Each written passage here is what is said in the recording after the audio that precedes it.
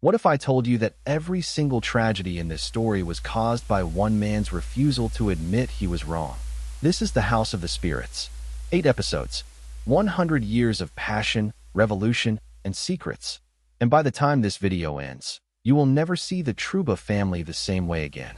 I am going to break down every episode, the hidden symbolism, the moments the show expects you to miss, and the devastating truth behind that final scene. Stay until the end, because the last thing I reveal changes everything. Before we dive in, you need to understand the world of the House of the Spirits. This is not just a family drama. This is Isabel Allende's 1982 masterpiece, a novel so powerful it was banned in multiple countries.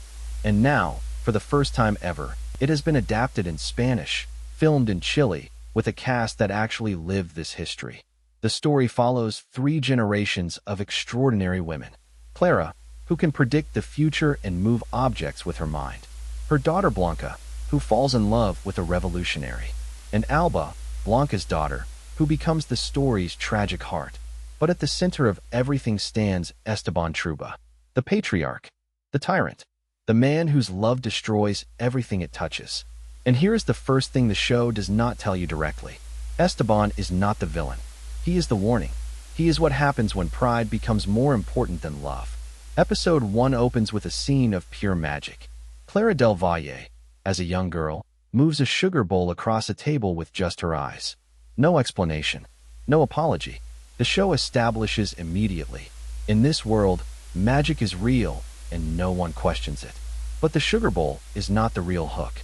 The real hook is what happens when Clara announces, out loud, at her sister Rosa's birthday dinner, Rosa is going to die. 3 days later, Rosa is dead, poisoned, accidentally, by a bottle meant for their father. This is the show's first genius move. It uses magical realism not as fantasy, but as dramatic irony. We know what is coming. The characters do not. And that gap between what we know and what they know is where all the tension lives. Enter Esteban Trueba, young, ambitious, desperately in love with Rosa. He arrives for her funeral and makes a decision that will define the next 50 years of his life. He will make himself worthy of Clara. He will build an empire. He will become someone no one can ignore. And that is where his tragedy begins. Because Esteban Trueba is a man who confuses possession with love. But here is what most viewers miss about that opening scene. The sugar bowl Clara moves, it reappears in the final episode. And when it does, the meaning is completely different. Episodes 2 and 3 are where Esteban Trueba transforms from a sympathetic young man into something far more dangerous. He arrives at Tres Marias, his family's neglected estate, and rebuilds it through sheer brutal force. He works the land alongside the peasants. He builds, he plants, he fights. And within a few years, Tres Marias is thriving. But prosperity corrupts him. Here is the brutal truth the show presents without flinching. Esteban assaults the women on his estate, repeatedly, and the show makes a deliberate choice. It does not look away, but it also does not use this for shock value. It shows us the consequence. Pancha Garcia, a young woman from the estate, has his child. That child grows up, and decades later, that bloodline will become the instrument of Esteban's ultimate punishment. This is foreshadowing so precise, it is almost cruel. Meanwhile, Clara has stopped speaking for 9 years. 9 years of voluntary silence after predicting her sister's death. And then, one morning, she simply speaks again. I am going to marry Esteban Trueba. No hesitation. No romance. She already knows how the story ends. What does that tell you about Clara? She is not trapped by this marriage. She chose it. Because Clara does not live in the present.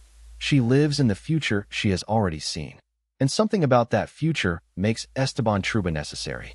By episodes 4 and 5, the House of the Spirits stops being a family drama and becomes something much more dangerous. The country, never named, but clearly Chile, is fracturing. The workers are organizing.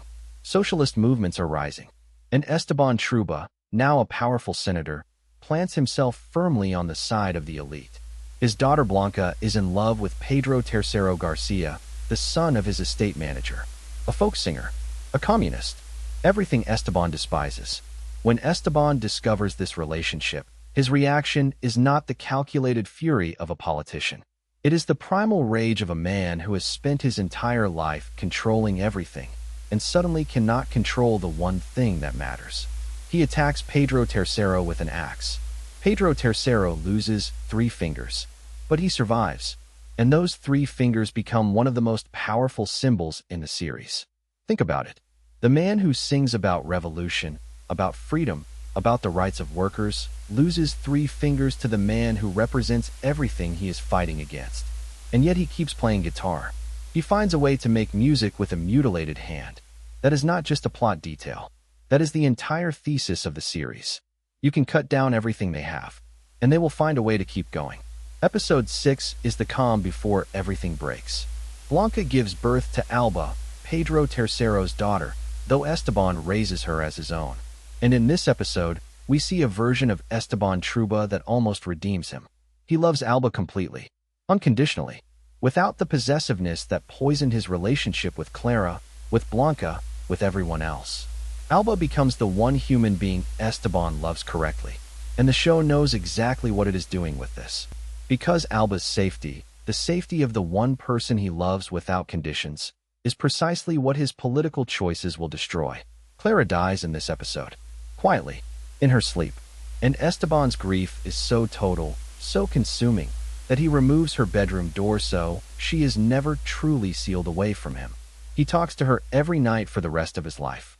For all his cruelty, for all his violence, Esteban Trueba loved Clara del Valle with everything he had. And that love was always real. It was just poisoned by a man who never learned the difference between love and ownership. Episodes 7 and 8. This is where the House of the Spirits stops being a period drama and becomes a horror story about real history. The military coup arrives. And if you know anything about Chile in 1973, if you know what happened under Pinochet, you know that what follows is not fiction. It is memory. Esteban Trueba, who spent decades building his political power on the right side of history, celebrates the coup. He believes order has been restored. He believes his side has won. Then they take Alba, his granddaughter, the one person he loves correctly, taken by the very regime he helped bring to power. What happens to Alba in the detention center? The show does not flinch from it. It is brutal. It is prolonged. And it is entirely the consequence of Esteban's choices, decades in the making. Here is the scene that breaks the entire series open. An old man sits across from a colonel, a man who works for the regime Esteban supported. And Esteban Trueba, for the first and only time in 8 episodes, begs. The tyrant, the patriarch, the man who never apologized to anyone, on his knees. And it does not work. Because the monster he helped create is no longer under anyone's control. Now, remember that sugar bowl from episode 1. In the final scene, an elderly Alba sits at a table. She reaches out and moves it, without touching it. Clara's gift, passed down through blood, through trauma, through survival. The House of the Spirits is not a building. It is the thing that cannot be killed, no matter what is done to the people who carry it. The final image of the House of the Spirits is Alba writing. The same way Clara wrote. The same way Isabel Allende wrote this novel, in grief, after losing her own family to Pinochet's Chile. This series exists because a woman sat down after losing everything and wrote it anyway. And what the show ultimately argues is this. Power is temporary. Brutality is temporary. Even love, as Esteban understood it, is temporary. But the stories women tell about what was done to them, those do not disappear. They travel through generations. They find new hands to carry them. Esteban Trueba built an empire. Clara built a legacy. The empire is rubble. The legacy is this. The House of the Spirits is currently streaming on Amazon Prime Video. It is one of the finest Spanish-language series of 2026. Visually stunning, emotionally devastating, and absolutely worth your time. If this breakdown helped you understand the series or convinced you to watch it, drop a comment below. And subscribe, because next week, we go scene by scene into every hidden detail this series buried for those paying close attention.